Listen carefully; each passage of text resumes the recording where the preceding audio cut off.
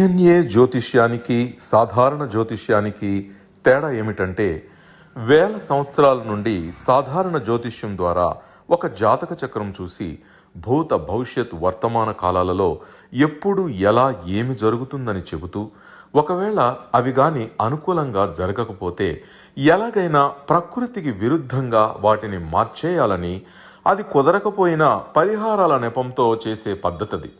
కానీ దానికి మారుగా డిఎన్ఏ జ్యోతిష్యం ద్వారా ఇవన్నీ ఎందుకు జరుగుతున్నాయని కనుగొని ఒక పని చేసే ముందే అది సరైనదా కాదా అని సరైన సమయంలో మనము తీసుకునే మంచి నిర్ణయం జీవితంలో అన్నింటిలో విజయాలు సాధించడానికి సలహాలు మార్గదర్శకాలు చెప్పే నిజమైన జ్యోతిష్య విధానం ఇది. ఏది మీకు అవసరమో మీరే నిర్ణయించుకోగలరు. ప్రపంచవ్యాప్తంగా ఉన్న డిఎన్ఏ ఆస్ట్రాలజీ ప్రియమైనటువంటి ప్రేక్షక మహాశయులందరికీ నా హృదయపూర్వక నమస్కారములు. నేను తిరుపతి పట్టణంలోని రేణిగుంట నుండి మీ గుణబ్రహ్మ సరస్వతి. ఈ వీడియో ద్వారా రెండవ వివాహ ప్రాప్త విషయాల గురించి చర్చించబోతున్నాం. ఆల్రెడీ ఇప్పటికే దాదాపు 20 నక్షత్రాల వారికి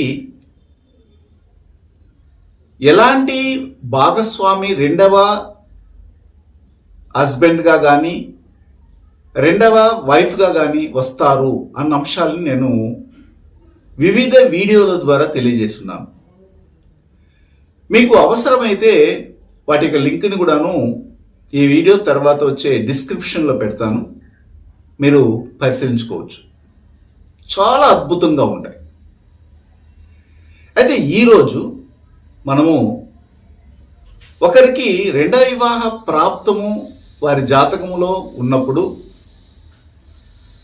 ఆ అవసరం ఏర్పడినప్పుడు రోహిణి, స్వాతి, ధనిష్ట ఈ 3 నక్షత్రాలలో ఎవరైనా పుట్టి ఉండి రెండవ వివాహానికి వెళ్ళగలిగితే, ఎలాంటి వారితో వివాహం చేసుకుంటే ఈ రెండవ వివాహమైనా కానీ చక్కగా ఉండి వారి యొక్క వివాహ జీవితము సంతోషకరంగా గడపగలరు అన్న అంశాలని నేను వివరించబోతున్నాను. సర్వసాధారణంగా తల్లిదండ్రులు ఏం చేస్తారంటే, వారి బిడ్డలకి వివాహము చేయాలన్నప్పుడు మొదటి ప్రయత్నంలోనే సక్సెస్ఫుల్గా తమ బిడ్డలకి వివాహ జీవితాన్ని అందించాలని ప్రయత్నం చేస్తుంటారు.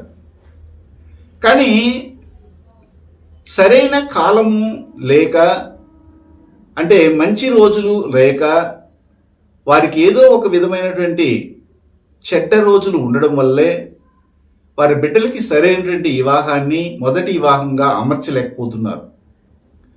పూర్వమంతా కూడా ఎలా ఉండేదంటే, వివాహ వయసుకు వచ్చినటువంటి ఆడబిడ్డకు కావచ్చు, మగబిడ్డకు కావచ్చు, వివాహం చేయాలన్నప్పుడు వారి బంధువుల్లో కానీ, లేదా ఇరుగు పొరుగు వారితో కానీ, లేదా యొక్క స్నేహితుల యొక్క సమూహంతో కానీ చెప్పి వారి ద్వారా వచ్చిన సంబంధాలని ఒకరినొకరు చూసుకొని, ఒకరి గురించి ఒకరు తెలుసుకొని, ఆ తర్వాత పండితుని దగ్గరికి వెళ్ళి ఆ జాతకాల్లో ఏదైనా కానీ లోపాలు ఉంటే దోషాలని నివారణ చేయించుకోవడానికి పరిహారాలు చేసి, లేదా అన్నీ కుదిరినాయి, మా వైపు అటువైపు కూడాను మంచి పరిచయాలు ఏర్పడ్డాయి, వారి అలవాట్లు మా అలవాట్లు బాగా ఏకీభవించాయి కాబట్టి మేము ఖచ్చితంగా ఈ సంబంధాన్ని వదులుకోలేము అన్నప్పుడు అమ్మాయి పేరు మార్చడం కానీ, లేకపోతే ఇంకేదైనా పరిహారం చేయడము, కదలి వివాహం అని కానీ, జిల్లేడు చెట్టు వివాహం అని కానీ, ఏదో ఒక జంతువు ద్వారానో లేదా పక్షుల ద్వారానో ఏర్పడినటువంటి దోషాలని నివృత్తి చేసుకుని వారు వివాహానికి వెళ్తారు. ఇది పూర్వమంతా ఉండేది. కానీ ఇప్పుడు జ్యోతిష్ శాస్త్రం చాలా వరకు అప్డేట్ అయ్యింది. పాతకాలం లాగానే లేదు.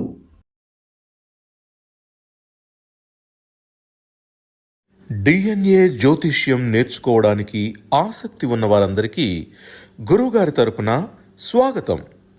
దైవజ్ఞ శ్రీ గుణబ్రహ్మ సరస్వతి గారి నుండి ఆన్లైన్ ఆడియో క్లాసుల ద్వారా అద్భుతమైన ఈ వంశపారంపర్య జ్యోతిష్యంను బేసిక్స్ నుండి అడ్వాన్స్ వరకు నేర్చుకోవాలంటే మీరు ఒక్కసారిగా ఫీజు చెల్లించేస్తే మిమ్మల్ని డిఎన్ఏ వాట్సాప్ గ్రూప్లో యాడ్ చేసినప్పటి నుండి మీ జీవితకాలం డిఎన్ఏ జ్యోతిష్యానికి సంబంధించిన క్రొత్త అప్డేట్స్ని ఆ వాట్సాప్ గ్రూప్లో నిరంతరం పొందవచ్చు.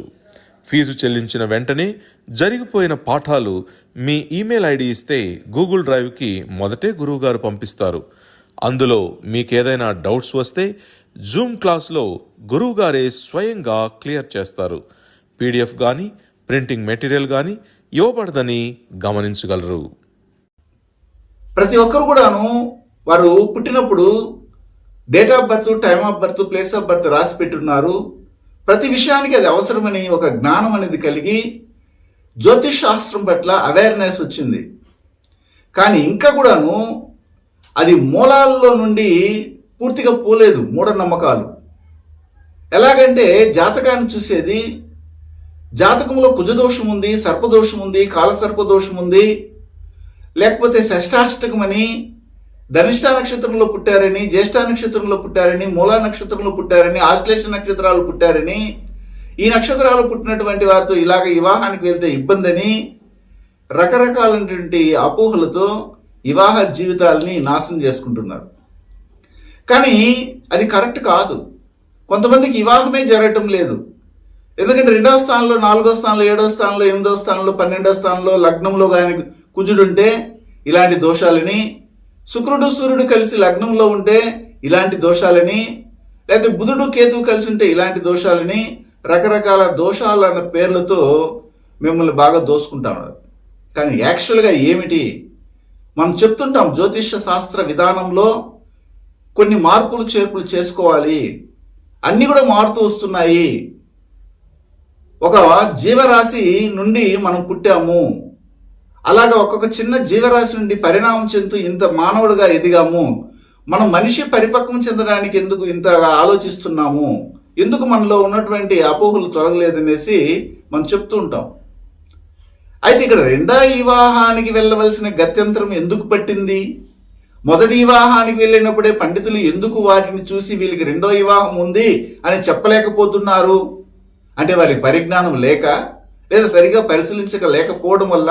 అంటే ఇది 2 వైపుల నుండి జరుగుతూ ఉంది.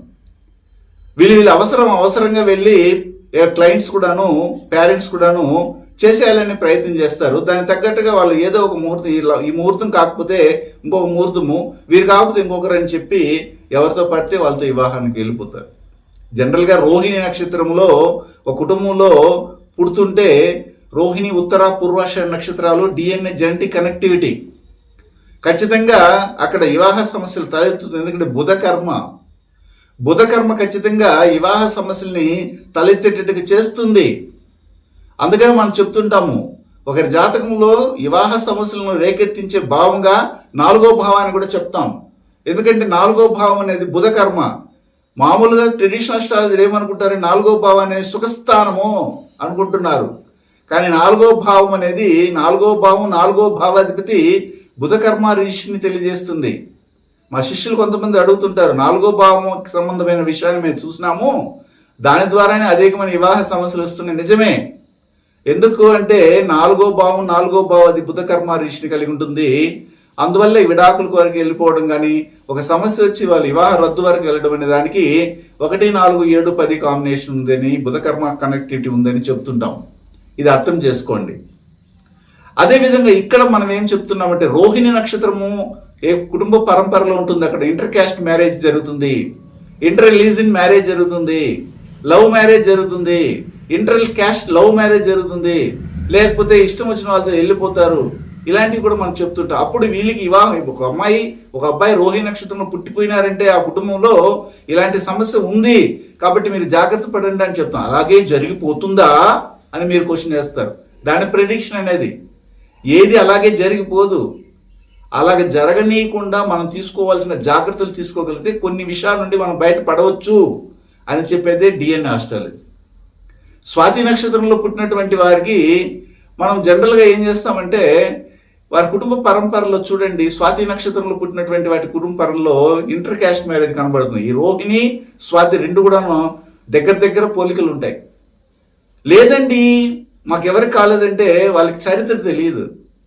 వాళ్ళ అమ్మ నాన్న వరకే తెలుసు. వాళ్ళ అమ్మకి అమ్మ ఎవరు, లేదా అమ్మకి అమ్మమ్మ ఎవరు, వాళ్ళు ఎవరు తెలియదు. నాన్న ఎవరు, నాన్నకి నాన్న తెలుసుంటుంది, నాన్నకి ఆ అన్న ఎవరు, చెల్లెలు ఎవరు కూడా తెలియని పరిస్థితుల్లో బతుకుతున్నారు. నాన్నకి నాన్న ఎవరు, ఆ నాన్నకి నాన్న ఎవరు, తాత ఎవరు, తాతకి తాత ఎవరు కూడా తెలియదు. అలాంటి పరిస్థితుల్లో బతుకుతున్నారు, పేర్లు కూడా తెలియవు. మరి ఎక్కడో ఒక చోట జరిగి ఉంటుందంటే లేదంటే అంటుంటారు. జరుగుతుంది, జరిగితేనే మీరు స్వాతి నక్షత్రంలో పుడతారు. అలాగే రోహిణి నక్షత్రం వాళ్ళు జ్యేష్ఠ నక్షత్రం వాళ్ళతో వివాహం చేసుకోవద్దండి. జ్యేష్ఠ నక్షత్రం వాళ్ళతో జాగ్రత్తగా ఉండండి. మిమ్మల్ని ఈజీగా వాళ్ళు మానికులేట్ చేస్తారు, చేసి మీ యొక్క శీలాన్ని దోసుకుంటారు, లేకపోతే మిమ్మల్ని వదిలేస్తారంటే కావాలని ఆ జ్యేష్ఠ నక్షత్రం వాళ్ళతో జతకట్టి ఉంటారు. రోహిణి నక్షత్రం వాళ్ళు పెళ్లి కూడా చేసుకుంటారు. స్వాతి నక్షత్రం వాళ్ళు పుష్యమి నక్షత్రం వాళ్ళతో వివాహం చేసుకోవద్దండి. అలా చేసుకోవడం వల్ల మీరు నానా ఈతి బాధలు అనుభవిస్తారంటే వాళ్ళు బాగున్నారు, మంచి స్థాయిలో ఉన్నారు, ఇతర దేశాల్లో ఉన్నారండి, ఇతర దేశాల సంబంధం అండి ఇది, వాళ్ళ కార్లు ఉన్నాయండి, మేడలు ఉన్నాయండి. ఈ స్వాతి నక్షత్రంలో పుట్టిన అమ్మాయిను లేదా అబ్బాయిను ఖచ్చితంగా పుష్యమి నక్షత్రం వాళ్ళతో వివాహం చేస్తారు. లేదా వీళ్ళు వివాహం చేయకపోయినా కానీ వాళ్ళు నేరుగా వాళ్ళ యొక్క ఊబిలోనే పడతారు. ఇలాగ ఎన్ని జరగటం లేదు, మనం చూడటం లేదు. అయితే మనం ఏం చేస్తున్నట్టు అలర్ట్ ఇస్తున్నాం, అలర్ట్ మెసేజ్ ఇస్తున్నాం. మీరు ఇలా చేయండి, ఇలా చేయకండి అంటున్నాం. ఇలా చేస్తే మంచి జీవితం ఉంటుంది, ఇలా చేయడం వల్ల మీరు మళ్ళీ పరిహారాల నెపంతో చేసినా కానీ ప్రయోజనం లేదు అంటున్నాం.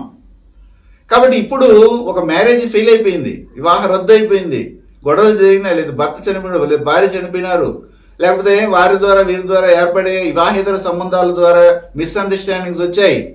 ఇప్పుడు రెండో వివాహానికి వెళ్తున్నారు. ఎవరెవరు వెళ్తున్నారు? రోహిణి, స్వాతి, ధనిష్ట.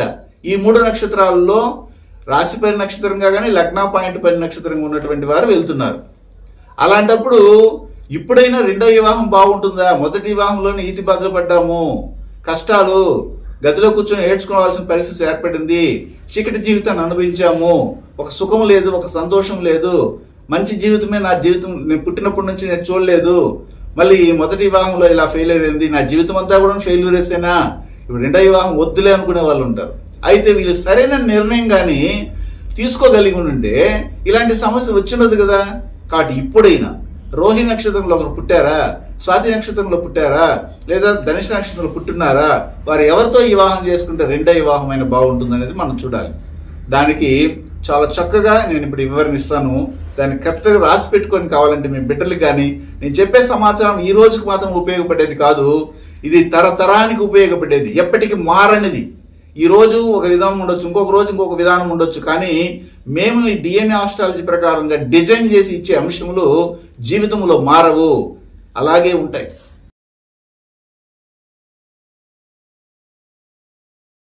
గురువు గారి నుండి డిఎన్ఏ ఆస్ట్రాలజీ ప్రకారంగా మీ జాతక పరిశీలన చేయించుకుని సలహాలు, మార్గదర్శకాలను పొందాలంటే మా త్రిశక్తి డిఎన్ఏ ఆస్ట్రాలజీ యూట్యూబ్ ఛానల్లో మరిన్ని వీడియోలు చూసి ఒక అవగాహనకు వచ్చాక మీకు ఉపయోగపడుతుందనిపిస్తేనే ఫోన్ ద్వారా కానీ లేదా డైరెక్ట్గా కానీ అపాయింట్మెంట్ కొరకు సంప్రదించగలరు. చరిత్ర ఇది అలాగే ఉండిపోతుంది, దాంట్లో మార్పు రాదు, కావాలంటే పరిశీలించుకోండి. ఇప్పుడు రోహిణి, స్వాతి, ధనిష్ట నక్షత్రాల వారు ఒక 75 కోట్ల మంది ఉంటారు అనుకుందాం ప్రపంచ వ్యాప్తంగా. ఈ 75 కోట్ల మంది కూడా రెండో వివాహం జరిగి ఉంటుంది, లేదా కొంతమందికి అయి ఉంటుంది, కొంతమందికి జరగాలన్నప్పుడు ఆల్రెడీ జరిగిపోయినటువంటి వారు బాగున్నారంటే సంతోషంగా ఖచ్చితంగా వారికి నేను చెప్పబోయే అంశాలే వాళ్ళు కనెక్ట్ అయి ఉంటాయి, కావాలంటే చెక్ చేసుకోండి. ఇది యూనివర్సల్ ట్రూత్. అదేవిధంగా రోహిణి నక్షత్రంలో కానీ, స్వాతి నక్షత్రంలో కానీ, ధనిష్ట నక్షత్రంలో ఒక అబ్బాయో వాళ్ళకి అమ్మాయో పుట్టున్నారు అనుకుందాం ఇద్దరు తల్లిదండ్రులకి. అప్పుడు వాళ్ళ నాన్న జాతకం కూడా ఇదేను. ఎందుకంటే రెండో వివాహం చూడాలంటే 9వ భావాన్ని చూస్తాము. ఒక అబ్బాయి జాతకంలో, అమ్మాయి జాతకంలో నాన్న విషయాన్ని గురించి చెప్పాలంటే 9వ భావమే చూస్తాం. కాబట్టి ఇప్పుడు ఈ రెండింటికి నేను చెప్పే విషయాలు వర్తిస్తాయి అన్నమాట. అది ఎలాగంటే చూడండి, ఈ యొక్క రోహిణి, స్వాతి, ధనుష నక్షత్రాల్లో ఎవరైనా పుట్టిన ప్రపంచంలో వారికి రెండో వివాహంలోకి వెళ్ళాలనుకుంటే ఆరుద్ర, చిత్త, శ్రవణ నక్షత్రాల వారితో వివాహానికి వెళితే మంచిది. ఆరుద్ర, చిత్త, శ్రవణ నక్షత్రాల వారితో వివాహానికి వెళ్ళాలి. రోహిణి నక్షత్రంలో పుట్టి ఉన్నా, స్వాతి నక్షత్రంలో పుట్టి ఉన్నా, ధనుష నక్షత్రంలో పుట్టి ఉన్నా వారు వివాహం చేసుకోవాలి అనుకుంటే ఎవరితో వివాహం చేసుకోవాలంటే ముఖ్యంగా ఆరుద్ర గాని చిత్త శ్రవణ నక్షత్రం వారితో వివాహం చేసుకోవచ్చు. ఇది ఫస్ట్ పాయింట్. అంటే ఈ 3 నక్షత్రాలను ఎక్కడ చూడాలంటే రాశిపడి నక్షత్రంగా కానీ, లగ్న పాయింట్ పడి నక్షత్రం కానీ, లగ్నాధిపతి పడి నక్షత్రంగా చూడాలి. ఒక్క నక్షత్రం ఉన్నా మనం ఓకే చేసుకోవచ్చు. కానీ రోహిణి నక్షత్రంలో పర్టికులర్గా రెండో వివాహానికి వెళ్ళే వారికి జ్యేష్ఠ నక్షత్రంలో ఉన్న వారితో వివాహం చేయకూడదు. స్వాతి నక్షత్రంలో పుట్టినటువంటి వాళ్ళు రెండో వివాహానికి వెళ్ళాలనుకుంటే వారు ఎట్టి పరిస్థితుల్లోనూ పుష్యమి నక్షత్రంలో పుట్టినటువంటి వారితో వివాహం చేసుకోకూడదు. వెంటనే మీకు ఉన్నటువంటి జ్ఞానం ఏమిటంటే రాశిపడి నక్షత్రం మాత్రమే చూస్తారు. అలా కాకుండా లగ్న పాయింట్ పడి నక్షత్రము, లగ్నాధిపతి పడి నక్షత్రాన్ని కూడాను మీకు రాబోయే భాగస్వామి జాతకములో పరిశీలించినప్పుడు ఖచ్చితంగా గమనించాలి. అలా గమనిస్తేనే మీరు సేఫ్ జోన్లో ఉన్నట్టు, లేకపోతే మీరు డేంజర్ జోన్లోకి వెళ్ళిపోయినట్టు లెక్క. రెండవ విషయం ఏమిటంటే మిథున రాశి కానీ మిథున లగ్నంగా ఉంటే బెస్ట్. మిథున రాశి కానీ మిథున లగ్నం కానీ మీకు వచ్చే అపోనెంట్కి ఉండాలి. అది లేదనుకోండి, అప్పుడు వారి లగ్నం ఏదో చూసి ఆ లగ్నానికి ఒక అధిపతి అనే గ్రహం ఉంటారు. ఆ లగ్నాధిపతి వెళ్ళి మిథునము అనే భావములో కూర్చొని ఉండాలి. ఇది ఆప్షన్. అదేవిధంగా 1-3 కాంబినేషన్, లగ్నాధిపతి వెళ్ళి 3లో కూర్చోన్నా, 3వ అధిపతి లగ్నంలో కూర్చోన్నా, లేదా లగ్నాధిపతి వెళ్ళి 3వ భావాధిపతి యొక్క నక్షత్ర చారలో కూర్చోన్నా, లేదా 3వ భావాధిపతి వెళ్ళి లగ్నాధిపతి యొక్క నక్షత్ర చారలో కూర్చోన్నా ఖచ్చితంగా సంబంధం గట్టిపడుతుంది. అయితే వీళ్ళ కుటుంబ పరంపర ఎలా ఉంటుంది అంటే అక్కడ మీరు గమనించవచ్చు. సాఫ్ట్వేర్లుగా ఉన్న వాళ్ళు, అలాగే ఇంటెలిజెన్సీ అంటారు. ఇప్పుడు మామూలుగా ఏమిటంటే ఆర్టిఫిషియల్ ఇంటెలిజెన్సీ అనే ఒక ప్రోగ్రామింగ్ ఉంది. దానిని నేర్చుకున్నటువంటి వాళ్ళు, దాన్ని చేసేవాళ్ళు, graphics, animation, 1D, 2D, 3D, 4D, 7D dimensions వరకు వర్క్ చేసేవాళ్ళు. తదుపరి textile business, TV, camera, YouTube channel, తర్వాత సినిమా, ఇలాంటి ఫీల్డ్, ఫోటోగ్రఫీ, ఇలాంటి వాటితో ఇంట్రెస్ట్ ఉండి దాంట్లో చేసిన వాళ్ళు, పనిచేసే వాళ్ళు, వాళ్ళ కుటుంబం ఉంటుంది. టెక్స్టైల్ బిజినెస్తో పాటు లెదర్ కూడా కనెక్ట్ అవ్వడానికి అవకాశం ఉంటుంది. దాంతో పాటు ఫ్యాషన్ డిజైన్, ఫ్యాన్సీ ఐటమ్స్ అమ్మేవాళ్ళు, తర్వాత వచ్చి ఇంటీరియర్ ఎక్స్టీరియర్ డెకరేషన్ చేసేవాళ్ళు, ఇవన్నీ కూడా వాళ్ళ ఫ్యామిలీలో నుండి మనం తీసుకోవచ్చు, బయటికి రావచ్చు. అయితే ఈ రోహిణి నక్షత్రంలో, స్వాతి నక్షత్రంలో, ధనిష్ట నక్షత్రంలో పుట్టినటువంటి వారి యొక్క తండ్రి కూడాను ఖచ్చితంగా కావాలంటే యూనివర్సల్ ట్రూత్ ఇది చూసుకోండి. ఒక అమ్మాయి రోహిణి నక్షత్రంలో పుట్టింది, ఒక అబ్బాయి రోహిణి నక్షత్రంలో పుట్టారు, రాశిపై నక్షత్రం, లగ్న పాయింట్ పై నక్షత్రంగా. అప్పుడు లేదా స్వాతి నక్షత్రంలో పుట్టారు, ధనిష్ట నక్షత్రంలో పుట్టారు. వాళ్ళ నాన్న జాతకం ముందర పెట్టుకుని చూడండి కావాలంటే ఖచ్చితంగా ఆరుద్ర, చిత్త, శ్రవణ నక్షత్రంలో రాశిపడి నక్షత్రంగా, లగ్న పాయింట్ పడి నక్షత్రం కానీ, లగ్నాధిపతి పడి నక్షత్రం ఖచ్చితంగా ఉండి తీరాలి. అప్పుడు మాత్రమే ఈ రోహిణి, స్వాతి, ధనిష్ట నక్షత్రంలో పుట్టినటువంటి వారికి బయాలజికల్ ఫాదర్ అనేవారు కరెక్ట్ గా ఉంటారు.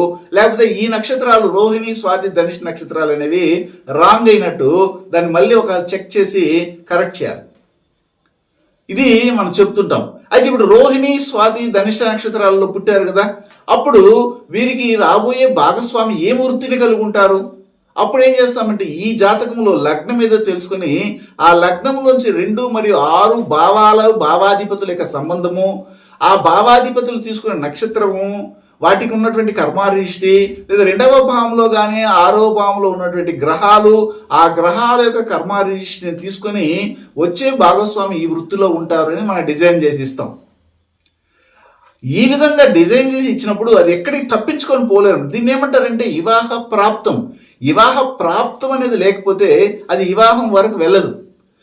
అలాగే వివాహం వరకు వెళ్ళగలిగే జాతకాలని మనం సెట్ చేసి ఇచ్చిన తర్వాత ఆ తర్వాత వివాహం అయిన తర్వాత వారిరువురు చాలా సంవత్సరాల పాటు జీవిత కాలము సుఖ సంతోషాలతో జీవిస్తారా అంటే ఏమిటి, కష్టాలు నష్టాలు ఇలాంటి ఇబ్బందులు లేకుండా ఉంటారని చూడడానికి వివాహ పొంతనాలు చూస్తాం.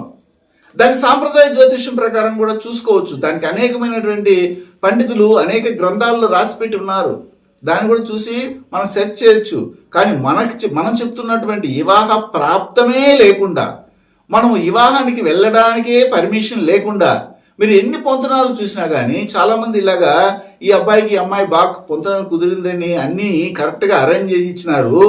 పండితులు ఇచ్చుంటారు. కానీ అది వివాహం వరకు వెళ్ళదు, మధ్యలోనే ఆగిపోతుంది. మధ్యలో పీటల వరకు వెళ్ళి వెనక్కి వచ్చేసిన వాళ్ళు ఉన్నారు, నిశ్చితామం వరకు వెళ్ళి వెనక్కి వచ్చేసిన వాళ్ళు ఉన్నారు, పెళ్లి పీటల మీదకి వెళ్ళి ఇంకా తాళి కట్టే సమయంలో బ్రేకప్ అయ్యి వెనక్కి వచ్చేసిన వాళ్ళు ఉన్నారు.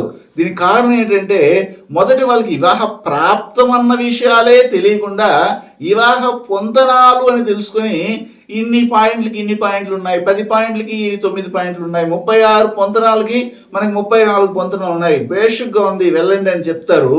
కానీ చివరికి అది వివాహం వరకు ముగిస్తుందంటే ముగించదు. కానీ మనం చెప్తున్నటువంటి వివాహ ప్రాప్త విషయాలు ఒకసారి మనం ఇలాంటి వారితో వివాహం చేయడం వల్ల అది వివాహం వరకు వెళుతుంది అని చెప్తే ఖచ్చితంగా వెళ్తా ఉంది. అది మనం చేసే విధానము DNA డిజైనింగ్ అంటారు. శుభం. హిమాలయాలలోని యతీంద్రులు అవధూతలచే మహామంత్రోపదేశం పొంది వారి గురు పరంపరలో దైవజ్ఞ శ్రీ గుణబ్రహ్మ సరస్వతి గారు అధర్వణ వేద దక్షిణాచార పద్ధతి ద్వారా పూర్వం వశిష్ఠ వాల్మీకాది ఋషులు చేసిన విధంగా విలువ కట్టలేని అమూల్యమైన 24 హోమాలను ఏకకాలంలో ఒకే హోమగుండంలో గత 24 సంవత్సరాలుగా లోక కళ్యాణం కొరకు కర్మ విమోచన హోమక్రియను చేస్తూ నమ్మి వచ్చిన నిజమైన భక్తులకు శ్రీ జగన్మాత కృపతో మంచి చేస్తున్నారు. కర్మ విమోచన పొందాలనే ఆసక్తి ఉన్నవారు ముందుగానే గోత్రనామాలను నమోదు చేసుకోగలరు. అడ్రస్ శ్రీ త్రిశక్తి పూజా మందిర్, తిరుపతి దగ్గర, రేణిగుంట, ఆంధ్రప్రదేశ్.